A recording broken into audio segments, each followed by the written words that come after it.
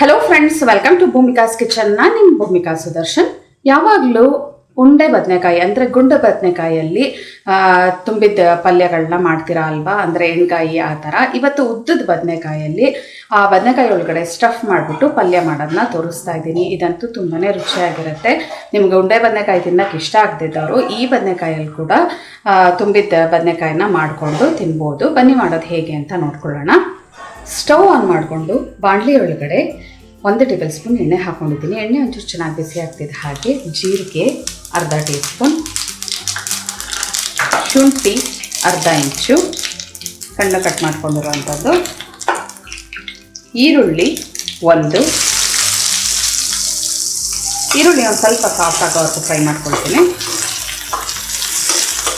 ಈರುಳ್ಳಿದು ಒಂಚೂರು ಹಸಿಗಮ ಹೋಗಿ ಒಂದು ಸ್ವಲ್ಪ ಸಾಫ್ಟ್ ಆದಮೇಲೆ ಒಣಗಿದ ಮೆಣಸಿನ್ಕಾಯಿ, ಬ್ಯಾಡಗಿ 4 ಮೆಣಸಿನ್ಕಾಯಿ, ಗುಂಟೂರು 3 ಹಾಕೊಂಡಿದ್ದೀನಿ. ನಿಮ್ಮ ಖಾರಕ್ಕೆ ತಕ್ಕ ಹಾಗೆ ನೋಡ್ಬಿಟ್ಟು ಹಾಕೊಳ್ಳಿ.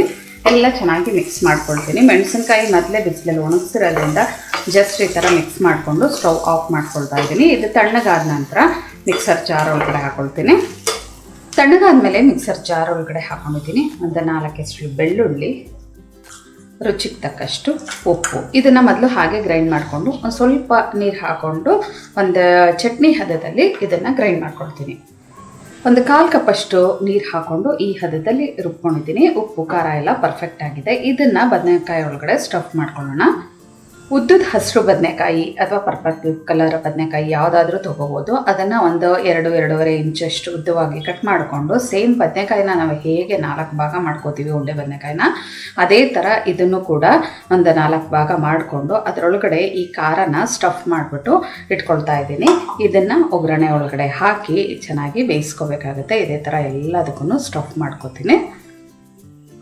ಸ್ಟವ್ ಆನ್ ಮಾಡಿಕೊಂಡು ಒಂದು ದಪ್ಪ ತಳ ಇರೋವಂಥ ಪಾತ್ರೆಯಲ್ಲಿ 2 ಟೇಬಲ್ ಸ್ಪೂನ್ ಎಣ್ಣೆ ಹಾಕ್ಕೊಂಡಿದ್ದೀನಿ. ಎಣ್ಣೆ ಒಂಚೂರು ಚೆನ್ನಾಗಿ ಬಿಸಿ ಆಗ್ತಿದೆ. ಹಾಗೆ ಅರ್ಧ ಟೀ ಸ್ಪೂನ್ ಸಾಸಿವೆ, ಅರ್ಧ ಟೀ ಸ್ಪೂನ್ ಜೀರಿಗೆ, ಇವೆರಡು ಚೆನ್ನಾಗಿ ಸಿಡಿಯೋದಕ್ಕೆ ಶುರು ಆಗ್ತಿದೆ. ಹಾಗೆ ಹಸಿಮೆಣಸಿನಕಾಯಿ 2,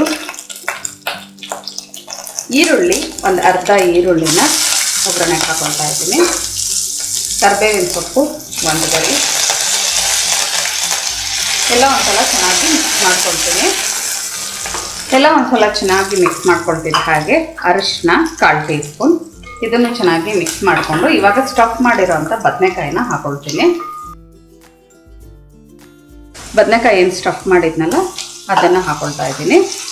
ಇದನ್ನು ಹಾಕ್ಕೊಂಡು ಒಂದ್ಸಲ ಎಲ್ಲ ಚೆನ್ನಾಗಿ ಮಿಕ್ಸ್ ಮಾಡ್ಕೊಳ್ಳೋಣ. ಮೊದಲು ಹೈ ಫ್ಲೇಮಲ್ಲೇ ಮಿಕ್ಸ್ ಮಾಡಿಕೊಂಡು ಆಮೇಲೆ ಲೋ ಫ್ಲೇಮಲ್ಲಿ ಈ ಬದನೆಕಾಯಿ ಸಾಫ್ಟ್ ಆಗೋವರೆಗೂ ಚೆನ್ನಾಗಿ ಬೇಯಿಸ್ಕೊಳ್ತೀನಿ. ಹೈ ಫ್ಲೇಮಲ್ಲಿ ಒಂದು 2 ನಿಮಿಷ ಈ ಥರ ಮಿಕ್ಸ್ ಮಾಡ್ಕೊಳ್ತಿದ್ದ ಹಾಗೆ ಕಂಪ್ಲೀಟ್ ಲೋ ಫ್ಲೇಮ್ ಮಾಡಿಕೊಂಡು ಲಿಡ್ ಕ್ಲೋಸ್ ಮಾಡ್ಕೊಳ್ತಾ ಇದ್ದೀನಿ.